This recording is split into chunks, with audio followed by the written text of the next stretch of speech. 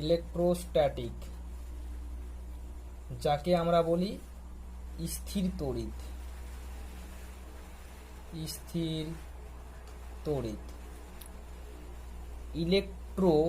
Electro মানে হচ্ছে আধান বা চার্জ, আর স্ট্যাটিক মানে হচ্ছে অ্যাট রেস্ট। যখন কোনো চার্জ আমার স্থির থাকে তখন যেটা হয় সেটাই হচ্ছে স্থির তড়িৎ। তো এই স্থির তড়িৎ সম্বন্ধে পড়তে গেলে প্রথমত আমাদেরকে চার্জ বা যাকে আমরা বলি আধান, এই আধান সম্বন্ধে জানতে হবে। ঠিক আছে, চার্জ অ্যাকচুয়ালি কি? এটা জানি যে কোনো পদার্থ কি দিয়ে তৈরি হয়? অ্যাটম দিয়ে তৈরি হয়। এবারে একটা পরমাণুর মধ্যে কি থাকে? নিউক্লিয়াস থাকে, আর নিউক্লিয়াসের বাইরে থাকে ইলেকট্রন মহল, যাকে আমরা বলি। ঠিক আছে, তো এই যে নিউক্লিয়াসের মধ্যে থাকে আমার প্রোটন অ্যান্ড নিউট্রন, আর বাইরে থাকে কি? ইলেকট্রন। এবার নিউক্লিয়াসের মধ্যে যে প্রোটন থাকে এটা কখনোই বাইরে যেতে পারে না, বা কোনো একটা পদার্থ মধ্যে সেটা মানে কোনো একটা পদার্থ কোনো প্রোটনকে নিতেও পারে না। তাহলে পদার্থ কি করে? আমরা কেমিস্ট্রিতে পড়েছি যে ইলেকট্রন বাইরে বের করে বা ইলেকট্রন সে গ্রহণ করতে পারে কোনো একটা অ্যাটম।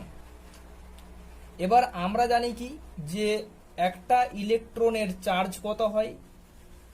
-1.6 into 10⁻⁻19 coulomb.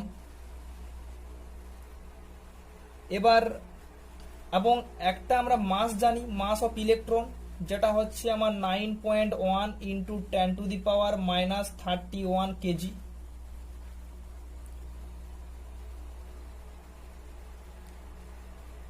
তাহলে একটা পদার্থ কি করতে পারে? ইলেকট্রন দিতে পারে বা ইলেকট্রন নিতে পারে। অ্যাটম পারে মানেই পদার্থ পারে।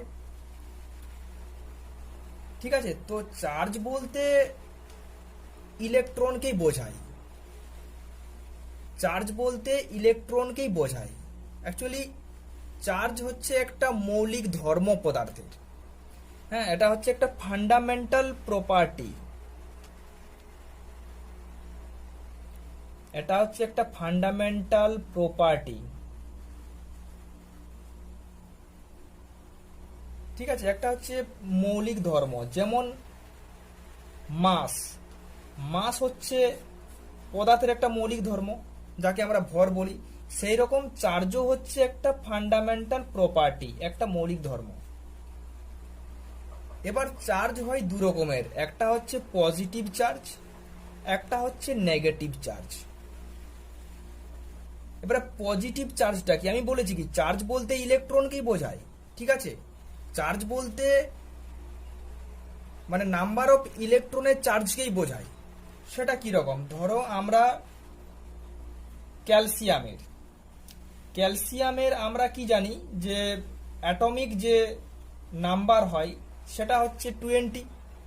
মানে ক্যালসিয়ামের মধ্যে থাকে 20টা ইলেকট্রন থাকে আর 20 প্রোটন থাকে।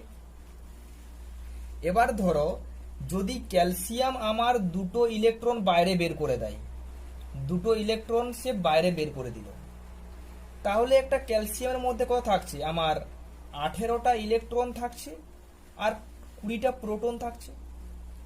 তাহলে আমরা কি জানি যে ইলেকট্রনের চার্জ সবসময় নেগেটিভ হয় আর প্রোটনের হয় পজিটিভ। বাট প্রোটন তো বাইরে যেতে পারে না বা প্রোটনকে নিতেও পারে না, অনলি ইলেকট্রন এমিট করতে পারে বা রিসিভ করতে পারে কোনো একটা আমার এলিমেন্ট। তাহলে এখানে 18টা ইলেকট্রন আর 20টা প্রোটন রইল, দুটো ইলেকট্রন বাইরে বের করে দেওয়ার পর। মানে আলটিমেটলি কি দুটো প্রোটন এখানে এক্সট্রা থাকছে। মানেটা কি? এখানে যেটা চার্জটা হবে সেটা হচ্ছে Ca2+, that is the positive charge.